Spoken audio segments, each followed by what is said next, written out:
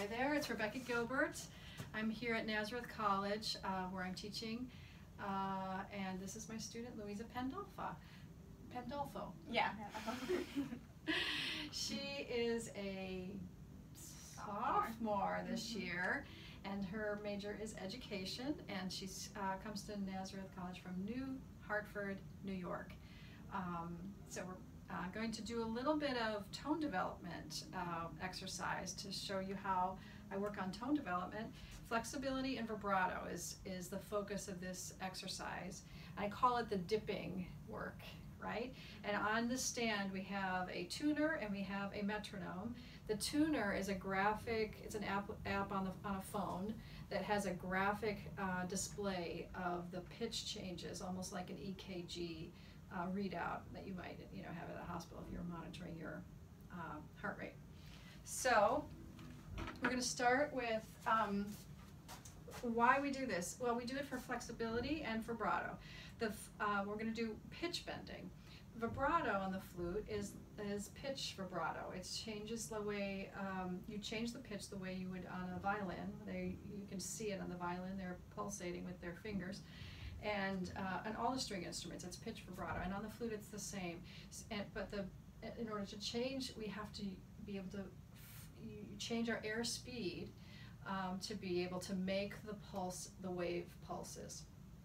And when we change the air speed, what changes besides the pitch? There are two other things. What are they?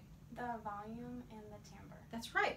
So as you slow the air speed down, the pitch goes down, the sound gets softer, and then as you speed the air up and the pitch comes up and the sound gets louder, and then incrementally there are timbral changes. And so what we work on is to try and refine the shaping of that, and we start with a slow pulse. So we're going to do a demonstration. We're going to start at the center of pitch and slow the dip, let the air slow down, and this pitch will dip down and touch the first octave. So it sounds like this.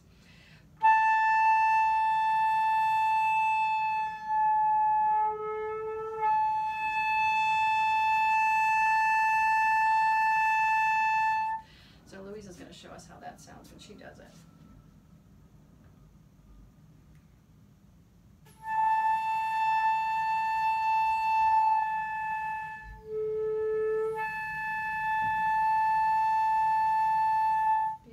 That's right. So the the training that this exercise offers is more control, going down and coming back up. And so we'll do this by turning the metronome on, and we were going to time it. So the exercise here is to hold for 4, dip down for 2, come up for 2, down for 2, and up for 2.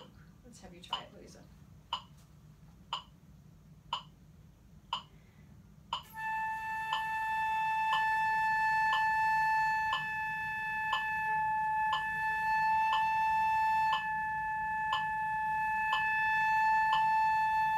Nicely done, very good. So we will speed this up now, and I think when we go a little bit faster, first of all, you're demonstrating excellent control. The air, I can see, and it's easy to watch this on the readout here, that you're able to come back up to pitch now successfully, and you're dropping down and you're coming back up in time, which is already a step up. We practiced this a little bit before we turned the camera on, and she's already improved dramatically from when we first started this work. Now we're going to do a little bit faster, so it's going to sound.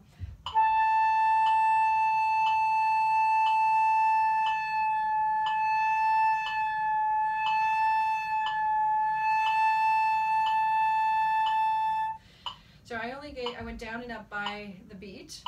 And as you do this, I want you to pay attention to the feeling of turnaround at the bottom and the turnaround at the top. So because you're going down, you're coming up, and you're going down and up, and at each place there's a place where the air speed changes from slow to fast. And I want you to see if you can pay attention to that, because we're going to talk about the shaping there.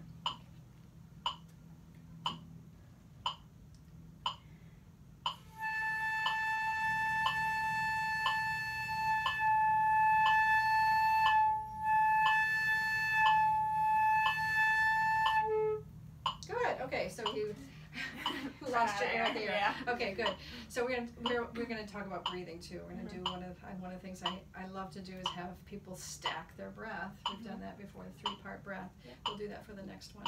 In fact, why don't you do one more with a nice stacked breath? Take one breath, another breath, and then fill up at the very tippy top. Good.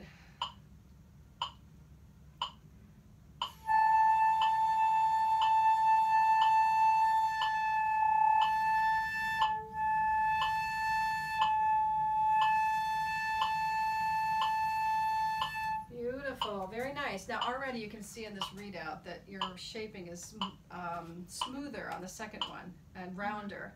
So with the reason it's important is because that's where you have the best chance to be able to get some momentum in your pulsing. We're going to speed this up even further and do eighth notes and triplets right now, so you can feel what happens when you start to speed this up. The important part is where you turn around. That gives you momentum and gives your vibrato a kind of forward spinning kind of quality, which is different than just pushing the vibrato.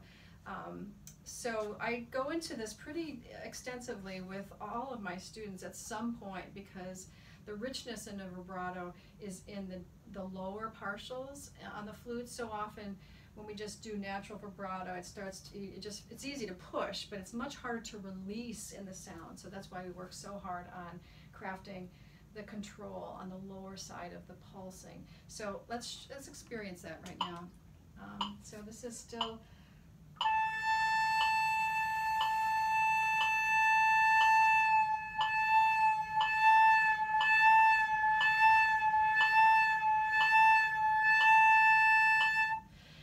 I did a few extra and I didn't have enough air to finish it, but you can see on the readout I did come up successfusly and finish on in center of pitch, which is always our goal, because this becomes a kind of an ear training exercise as well. And we're using the tuner to be sure, but as we work on this, it becomes very clearer and clearer where the center of pitch is.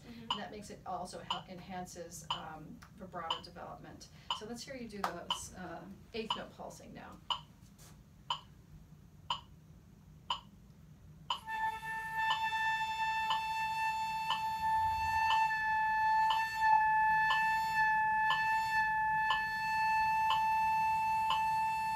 Beautiful, that's great. Now, triplets would be.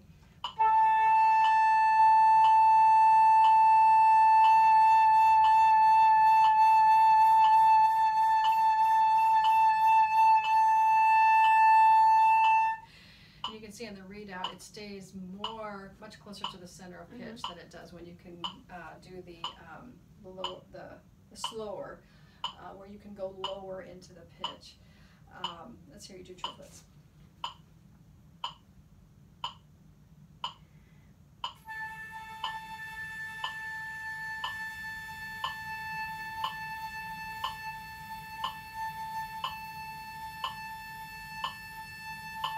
Right, okay, good. So this is an example of where we would have spent actually a little bit more time doing eighth notes and the slower rhythms before we go to the triplets, because at this point your triplets are not quite ready. Yeah. You're not able to get the same range of dip when you're doing the triplets at this point. So this is a tone development exercise that I love to work on with my students. And Louisa is also working on some Bach right now, so we're going to give you a few phrases of the Bach so you can see what that's like. So this is the Bach E-flat Sonata, first movement.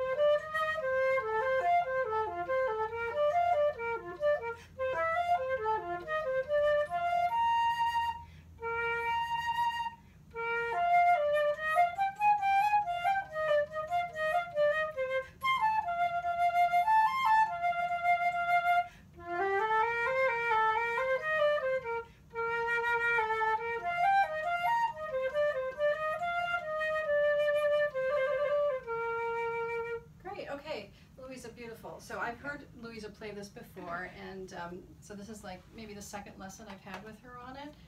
Is that right? That's Yeah. all right? Okay, so and so the tempo is very nice. It's just right. It's moderato. It flows very nicely. What I'm going to go for is a little more clarity in articulation, Okay. and how to use the articulation to show more of the phrase is a little clearer. Mm-hmm. So in the opening,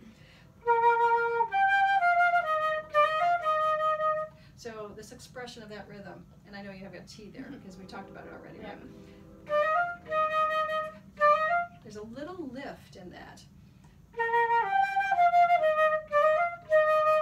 to sort of show the syncopation. So there's a tongue and then a tiny little lift at the F. Can you show me that?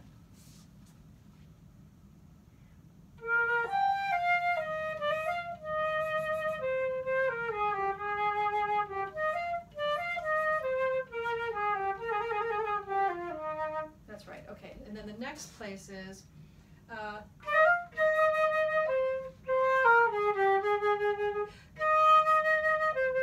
there's a little release here. Yeah?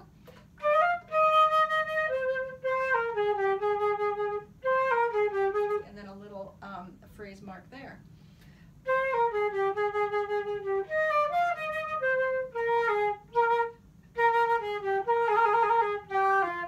And then a release phrase. They go together. There's a press and a release all the way through this. So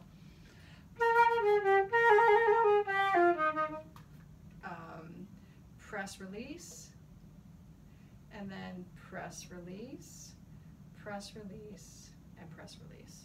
Okay? So there are 4 of them at least. I think that's the right number. But you get the idea. Let me see. So the air is changing speed, diatom, diatom, diatom, all the way through this. Let me hear you with that.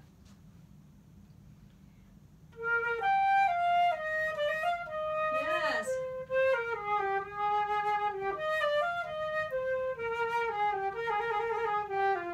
Beautiful. And now it has more contour. How does it feel to play? Easier? Yeah. Yeah. Oh, good. Yeah. It's